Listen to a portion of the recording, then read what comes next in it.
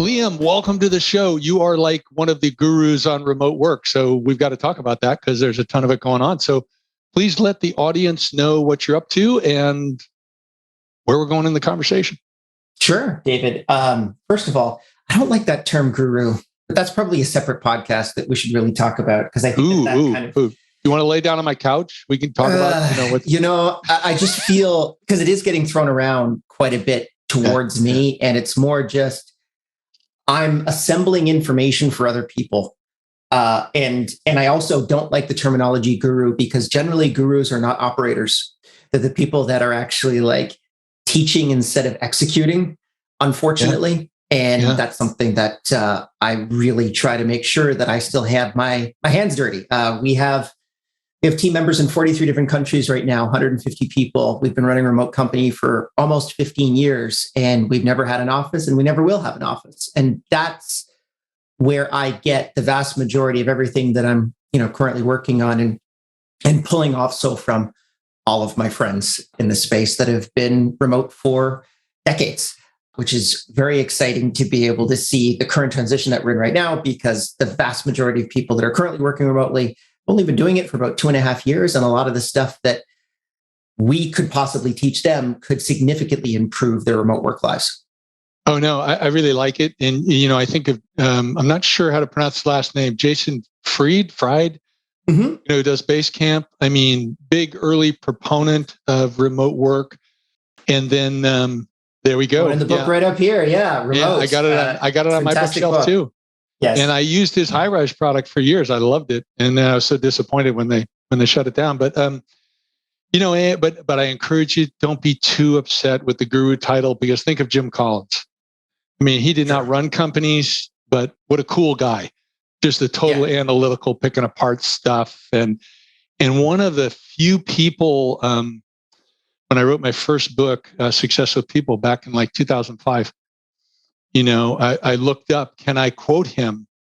And he has like a disclaimer on his website. He's like, anybody can use anything I've got as long as you just give me attribution, that I did this because I just want people to learn. I'm just like, what a great guy, and I heard him speak in person. So I think this remote thing, though, back to that, I think it's great. We're moving in that direction. I don't want to dwell on the hiccups, but I am curious whether you've got any insights. I mean, I was talking with a guy the other day, he was a recruiter, and they found a candidate. When they did the background on him, they found out he was working 2 full-time jobs simultaneously without one employer knowing the other because it was remote. And he never went into the office, although he's a project manager. So what do you gold star to him, to be completely honest with you. How did you, so for us, I mean, I would say if I find that out inside of one of the companies that I'm managing, I would say, wow, that's amazing. How did you do that? Could you teach other people how to do that? Because that would also be a really positive force inside of the company. A lot of people hide this stuff. And I think that's actually, it's not necessarily what you want as your end goal inside of an organization. Really, fundamentally to me, companies are an assemblage of people that solve difficult problems, that effectively innovate. It sounds like he's a pretty innovative guy, that guy that's working those 2 jobs. So how can I unlock that innovation and release it upon one of my companies? That's what I would really want to be able to figure out, as opposed to saying, hey, you're fired. Yeah, but there's also some ethical concerns there. I mean, both of them are 8 to 5 jobs, whatever it is. And on the one hand, I agree with you. It's like, can you take the thief and turn him into somebody who's going to work on your side to do better? Because here's somebody who's getting by meeting the productivity quotas of 2 jobs simultaneously, conceivably, that are supposed to be done within a certain time frame. Sure. And he's probably not putting in 16 hours a day, but is he pulling that off in 12 hours a day? And there's things to learn. So I think you bring up a good point, but I don't know that I would. I think, and you probably would do this. You just didn't allude to it, but I got to look at the ethics too. I can't work with somebody I can't trust. Absolutely. I think that when you look at, so I'll give you a perfect example. Actually, we had one of our sales guys that his numbers went way up. And this was maybe about 6 or 7 years ago. He was an AE. which is basically a closer inside of a sales organization. And so his numbers effectively go up by a third within 1 month, and then they go up by 50% on the second month. And so we pop in and we say, what the heck is going on? Like, what are you doing? And he's like, oh, you know what? I recognize that it was cheaper and more effective for me to hire an SDR myself. So he basically hired his own SDR to be able to do all of his lead generation for him for about $2,000 per month, as opposed to using our internal SDRs that he thought was crap. So he basically hired an SDR, trained him on his own, and then he made a positive ROI because he was actually making more off commissions from those leads. And he then became the VP of sales for 3 years because he was, he showed me exactly how to be able to execute a successful sales organization. And he actually put his money where his mouth was.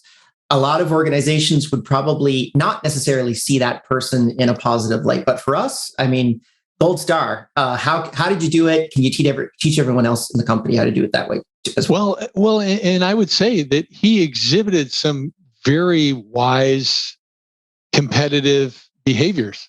I mean, he did some analysis. He didn't feel for whatever reason he could fight the corporate, his boss on working with your internal people. Yep. So it's like, what's my cost to do my own? And I like to, but I think you also have to look at your company, what you did. There's something that I learned and I teach in return is that you can't motivate someone. You have to create an environment where it's self-motivating. And it sounds like what you did was you didn't put any cap on his comp, right? No. Yeah, no cap on the comp. So it's like, hey, if you can go out and earn $1 million, we want you to go do it because we still make our cut type of thing. Yeah.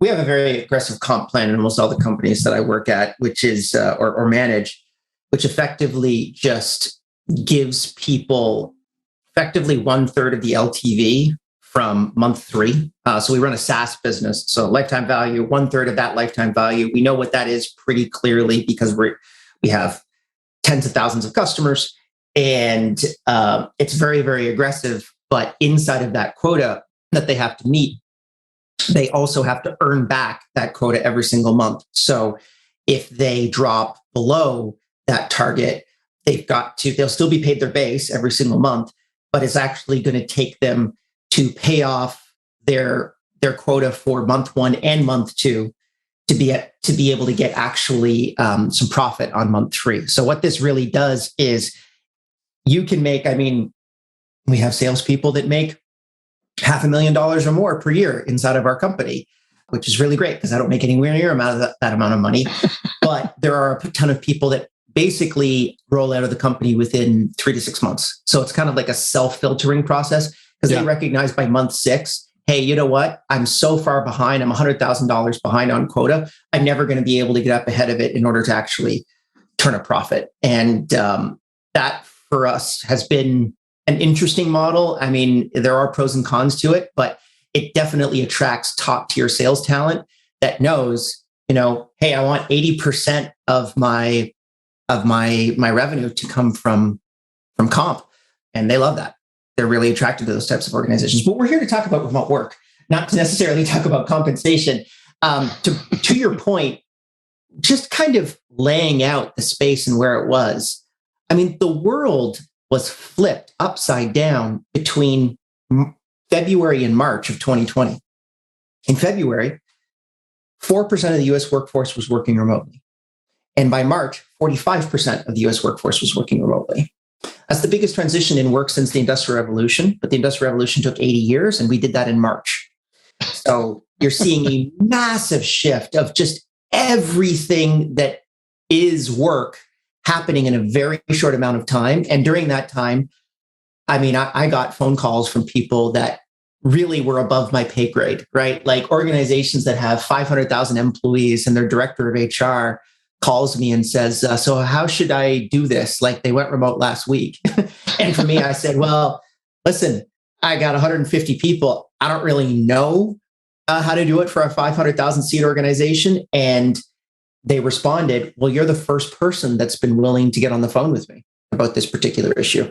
So around March, I felt like I had the answers to everything, but I just didn't have the voice. I didn't have the life preserver because everyone else was sinking. And I'm trying to basically do as many phone calls as I can to be able to keep everybody's heads above water. Yeah, so that's why I worked on this book over the last 2 years to really kind of allow people to recognize that managing remote workers is actually different from managing people inside of an office. You're not just recreating the office at home. You actually have to have a different methodology. And that's effectively what I talked about in the book that we're putting out in the next couple months. That's great. And what's the name of the book that's coming out? Book's called Running Remote, which also is the name of the conference that we run. That's an interesting discussion with my publisher. I actually wanted to call the book Async because the book actually looks at this single thing that all of the remote pioneers, companies like Gitlab and Coinbase and Envision, and actually now Twitter is just flipping over completely to remote, and Airbnb just completely flipped over to remote forever. Yeah. These companies that were remote before the pandemic, they held one single thing in common in terms of their management philosophy that no one else had inside of on-premise in-office organizations. And that concept is what I'm calling asynchronous management, which is the ability to be able to manage people without directly interacting with them, either face-to-face or through Zoom or through a phone call. It allows individuals inside of that organization maximum autonomy to be able to do what they want to do, and effectively surrendering a large amount of what classically was management to the platform that you operate inside of, instead of individuals, team members inside of the organization telling you what to do. So what is the platform then that you're using to manage the organization or manage your people? So when I refer to a platform, I mean effectively the remote technology stack. We're on that right now. We are in our office, which is our Zoom room that we're currently on, right? Yeah. Or our Asana, our project management system, or our Gmail, or our Slack or Microsoft Teams instant messaging platforms. These all are really the new platform of the office, right? When you think about a Zoom room, it is an office room. It's a board room. When you think about a Slack channel between two people, it's really us having a quiet conversation over the coffee machine or something like that. That's effectively what I'm talking about when I'm saying the platform is now the manager, because we're now surrendering a lot of the old boring stuff that managers used to do so that those managers can actually work on deeper and more interesting problems. One of the things that I found most interesting about researching all of these remote first companies is their managerial layer was on average 50% thinner than their on-premise counterparts. So there are more people in remote companies doing work than there are people telling people to do work. And that goes back to my original thesis, which is, what is a company supposed to do? It's supposed to solve hard problems and innovate. There are more people on the front lines of that organization innovating and effectively, hopefully doing it faster than their competitors.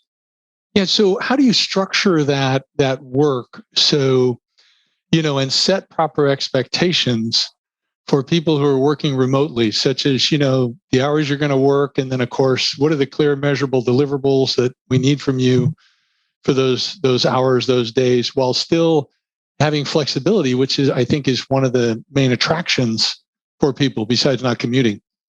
Absolutely. So the biggest thing that you can really focus on with regards to there's like 3 overlapping premises that we really kind of looked at, which is deliberate over communication, democratized workflows, and detailed metrics.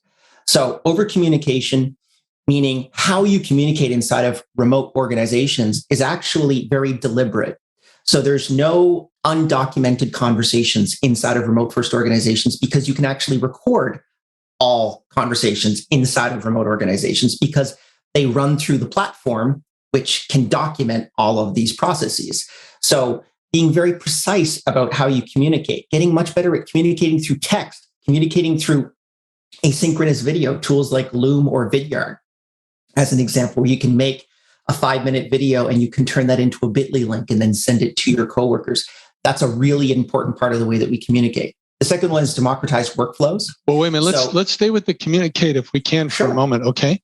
So are you advocating that when you're using these platforms that you're recording every conversation? Everything inside of our organization is recorded and documented. So if you come into our company and you wanted to know why we came to a decision that we made 2 years ago, you would effectively be able to go back 2 years in time and see everything that we did, why we debated that particular issue, who was against it, who was for it, and then what conclusion we came to. So we're kind of almost saying, if you can't bring an archaeologist inside of your organization that can understand all of your business decisions, then you do not have an organization that can scale. It's very interesting what you're saying, because we have our primary business right now is a site called habitly.com, where we teach competitive soft skills. And like, people don't know how to write emails. People don't know how to communicate. And what strikes me is, if you were recording everything, if I was doing that, you are doing it. If I was recording everything in the company, I got to train my people. I have to train them, how to communicate effectively in writing, including text. And then also in these types of meetings. And I have to teach something that a lot of people don't do very well, to be intentional in what they're going to say. I don't want them to be afraid because they're on video or everything's in writing. But it does, if you train them, I'm sure you have to train them. I'm curious what training you have. For a lot of people, this is new. Yes. So the biggest lesson that I can give people in a very short amount of time is always assume positive intent. Any message, any form of communication that you get asynchronously, because you lack some of the nonverbal granularity that you might get from an in-person meeting, you must always assume positive intent. And the way that you address those issues is synchronously. So if you have a problem with someone saying, hey, David's been sending me one-line emails like, please fix now, or something like that, which, by the way, you should never send those emails. Those are horrible. Yes. You should actually communicate, hey, I'm in a bit of a bind here. It looks like there's this problem and that problem. And regardless of whoever caused that issue, here's the current problem that we need to solve right now. And because of that, can you please get this done by end of day? And if you can't, please let me know immediately so that I can figure out some other type of solution, right? That would be a much more elegant way of saying, please fix now. Yeah. And a lot of those people don't really get that, unfortunately, because they just think that a lot of the times when we think about asynchronous work, which is one of the negatives against it, is that they're automatons behind the screen. If you're not seeing the people face to face, then you don't necessarily have the same emotional connection that you would with them. And we do a lot of training on that. So we actually have a bunch of process documentation, which actually comes into the second one, which is democratized workflows. So everything inside of the organization is documented, digitized, and shareable with everyone else inside of the company. We have the goal of every single person inside of the organization having the same informational advantages as the CEO. So if you can provide that to everyone inside of the organization, number one, they have fantastic levels of autonomy because they don't need their manager to answer any questions because they have all the answers in front of them. They can look them up. But then secondarily, when difficult decisions need to be made inside of the organization, the employees actually understand why that decision was made. And if enough of them actually come back to us and say, hey, Liam, Rob, my business partner and CEO of the company, man, I really think you're wrong here, we reverse our decision, because it's effectively almost kind of like someone had told me on a podcast about a month ago, it's kind of like you're running a pirate ship, right? It's kind of like a pirate democracy, but you've got one captain, but everyone's in it together. And that's really what we do. So we give everyone the P&L. We give them all of our customers, how much they make. The only thing we do hold back right now is employee salaries, and everything else we give to our team so that they have no closed doors. Interesting. Can you talk a little bit more? You've already alluded to it on why you chose to talk about a democracy versus talk about transparency, which is another term that would be used for what you're describing. Yeah. So, I mean, effectively, it's just a different way of communicating the same thing. But the reason why we define it as democratized workflows is because every single individual inside of the organization can also craft those workflows and craft that transparency. So let's say that you have a process document, how to communicate through email, as an example. I'll give you a perfect example. We had someone about 6 or 7 years ago that in their signature, they had a Bible verse. And this person worked in customer support. And we got a really angry message from an atheist that said, I'm a paying customer of yours. I don't really like that there's a Bible verse in this rep's signature, and I'm going to quit your software basically because of it.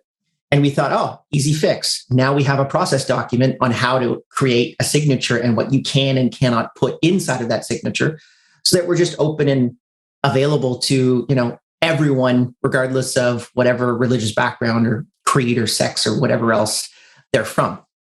And this document can actually change. So we use an internal wiki system. And if you've ever gone to Wikipedia, you look up any page, you go to the discussions board, which is a second tab that's available on every single wiki page. There's a debate about 3 years ago, we decided to change this piece of information and we had a vote on it. We decided that this was the new definition of truth. We have the same thing inside of the organization. Yeah, and so that strikes me. I'm slightly OCD. That strikes me as you probably, one of the process or trainings you do is how to structure your folders and how to name documents so it's easy to understand or easy to find the document or the video or whatever you're trying to find. Because otherwise, if you don't have that, it's kind of like designing the house before you start building. If you don't have that set up in advance, you probably have a mess. I've done about 400 of these podcasts, and you're the first person that's ever asked that question. And it's actually a very interesting answer, which is we invest a ton of time into basically our naming conventions and then how we make that entire process searchable. So for us, we have a general rule, which is always respond with a link. So if someone asks you a question, respond with a link from our process documentation, so that that's training them to be able to say, well, you should have actually gone into our wiki and looked for this because the answer was already there. And it's just a gentle way of nudging people into the platform itself. But the other thing that we do is we track how long it takes someone to be able to find an answer to a question inside of our wiki, that we know that the answer is there. So we're always trying to optimize that. There's a fantastic product called Trainual, which if you want to go down the paid route, it's a great tool. And they basically handle all this stuff for you. So they put in all the process documents. They have checklists and quizzes and onboarding documents and all that kind of stuff. And it's very, very cool to be able to have all that stuff in one place. I think it's a couple bucks per user per month for the platform. But Google Docs is a perfect place to start. The biggest database on planet Earth that's open source is Gitlab. So they have thousands of remote employees, completely asynchronous, and they have an 8,000 entry process document, which is at about.gitlab.com/handbook. And you can go in and steal all their processes and use them for yourself. But that's great. That's great. I love it when I'm, my kind of guy, the way you're doing your file formats and you think all that stuff out, because I think that's incredibly powerful. And what do you do when you've got that person and you send them a link and you send them a link and you send them a link? After about 10 or 12 of those times, usually someone kind of pulls them over to the side of a Slack message and says, hey, dude, listen, you got to spend about 5 minutes Googling stuff on our internal wiki before you interrupt someone else. Because really, inside of asynchronous organizations, we want to minimize immediacy. Immediacy generally is not required inside of any organization we've discovered, but more specifically by design inside of asynchronous organizations, so that everyone is really optimizing themselves to what my friend Cal Newport calls deep work, which is the ability to have everything at your disposal to be able to solve difficult problems. So if you have all the pieces in place, you can actually solve the problem. You're just going to give every single worker that autonomy to be able to do it without necessarily having any gatekeepers in place to be able to hold that worker back from actually accomplishing their goal. And it sounds like with this number 2 thing that you're doing, that you're empowering anybody at any level of the organization to question something, and they can do that in a safe environment. Yeah, and that's the beauty of everyone having the same informational advantage as the CEO. So if they all have the same information and we're all looking at the same problem, and the majority of us come to the same conclusion, then it's very simple. It's a lot more complicated, actually, when 50% of the group says we should do A and another 50% of the group says that we should do B. but it's actually really great for the CEO of the company who at the end of the day has to make this decision to be able to say, this is maybe not as, I totally thought it was going to be A, but I'm going to pause for a minute because half the team thinks it's going to be B. Maybe I should actually look into this in a deeper way. It's effectively almost like a hive mind because everyone's looking at the same problem from a different direction. Interesting. And then what's the third component? The third big component is detailed metrics. So inside of asynchronous organizations, to your point, you would never have someone that works two jobs because we would document everything that happens inside of the organization because you can, right? All work is done again on that platform. So it can be recorded, it can be measured, it can be documented. And you could say, yeah, why are you only spending 3 hours a day at this job? I mean, your output is fantastic and we love it. You're the top performing rep inside of our organization. How are you only doing this in 3 hours? I'd love to be able to give you a bonus to figure out how you could teach that to everyone else inside of the company. Those are the things that is really going to unlock those capabilities inside of your organization, as opposed to, just firing those people because they're working two jobs because they're probably smarter than the vast majority of the people in the company. I always have this mindset of hiring lazy people is a really good move because they always figure out the easiest way to do something and then they can teach other people. I don't know whether I go with that, but what you're also alluding to that I think is super important is that moving remote does not mean that leaders do not have to manage. That actually they have to adapt to a new system of engaging with people, monitoring people, whatever, in an appropriate way. Mm-hmm. And I think that that's super important. And it sounds like that's probably something you're going to be addressing in this Running Remote book. Yes, absolutely. So I think the biggest thing that you can measure is proof of work, right? So not necessarily the package that work is inside of. Now, David, I can already tell that you're an incredibly successful executive. If you were in a room with 8 other people, I probably wouldn't even know if I didn't even know what you were saying, I would probably bet that your idea is the one that's adopted most often. But that's because you're a charismatic individual and you have that bias of I can convince other people of my point of view because I'm able to communicate to people effectively in a synchronous way. Asynchronous organizations, that advantage is effectively removed. So the ideas themselves are the ones that come to the fruition. So the wallflower like me that generally doesn't actually want to talk in meetings at all and thinks that they're massive waste of time, to be completely honest with you, I could instead, in Asana, write up my pitch for an idea, present that to everyone inside of the organization, and then I don't necessarily have to respond in the moment, but I can reflect and write down an effective response to be able to convince people of my point of view. So asynchronous organizations, we say that they don't really have managers, they more have leaders, because all of the details of running a company are actually relatively simple when you remove all of those biases and you really just focus on the core ideas, moving the business forward. And then the only thing that's really left over is to lead the organization, is to make sure that you're getting everyone excited and dealing with the EQ side of the business. That's what we reserve the vast majority of our synchronous communication for. And I would add to that thought that working in an asynchronous organization, actually, which I have been doing now for most of the last 16 years, actually has helped me not sell people on things that were half-baked. Yeah, because, being type A driven, got an idea, want to go for it. And yet, the type A is not good with the detail, which you're very good at. And so I've had to learn the hard way how to pay attention to detail. Mm-hmm. And what you alluded to earlier is super, super, super important. I want to bring it back up. I may say it slightly incorrectly, so you please feel free to correct me. Sure. But always assume positive intent, particularly with written communication, because we have a tendency with text or other types of written communication, emails, to see the words or a vibe that triggers us and makes us think negatively. And I think that's really an important piece of the puzzle or the glue to having this environment that you're talking about that's very meaningful for people, very productive, efficient, effective, if you can develop a habit of, well, that doesn't look exactly right, but he or she must have had good intent. I better ask some questions. Yeah. So we have something called silent meetings every week for our executive team. So we use a project management system called Asana, and we put in issues about the business for that particular meeting.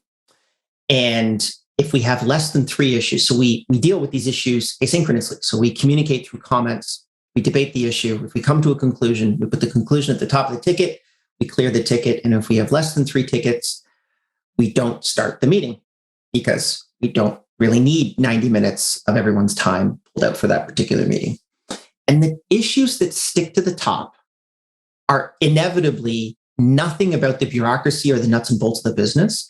It's about how Liam has got an issue with David, and it may not be presented directly that way, but you have to peel away the parts of the onion to get to the core issue, which is, okay, Liam and David have got an issue, and what we need to be able to do is to sit down and deal with that issue and assume positive intent always. But my personal mindset is the secret to life is being comfortable having uncomfortable conversations.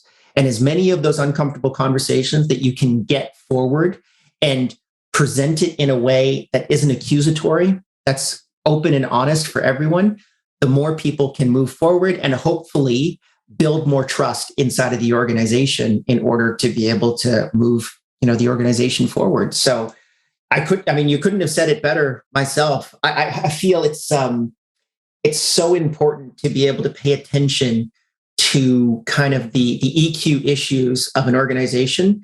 And the issue is that the average manager, maybe they take 10% of their day and they're dealing with those core issues, which are the real ones holding back the business. But instead, they're like, oh, well, what is your TI-84 report filled out? Or, did you talk to Susan about sending that memo? Or what color are we going to make the t-shirts? I've been dealing with that over the last week. I said, this is not my problem. You deal with your own issue. So those are the things that don't matter inside of a company. And if managers, again, this is why I'm saying you should not have managers, you should only have leaders, can deal with that EQ side of the business, you're going to have a lot more trust and by extension, a lot more autonomy inside of the organization. Fantastic. Hey, there's a lot more to cover on running remote, to use your book's title and your conference title. And if people want to learn more, where do they go? So if you just Google running remote book, you'll find it. But if you go to runningremote.com/book, we actually have a fantastic onboarding process. We have the first document that you should write if you actually want to build an asynchronous organization. It's how to do my job. And we encourage everyone in the company to do it. So we show you how to do that at runningremote.com/book. If you want to go to the conference, it's runningremote.com. We have a fantastic set of speakers that happens every single year. And then most importantly, if you can't afford the book or the conference, go to youtube.com/runningremote. All of our talks are up there for free. And if you want a masterclass on remote work, it's on that YouTube channel. Cool.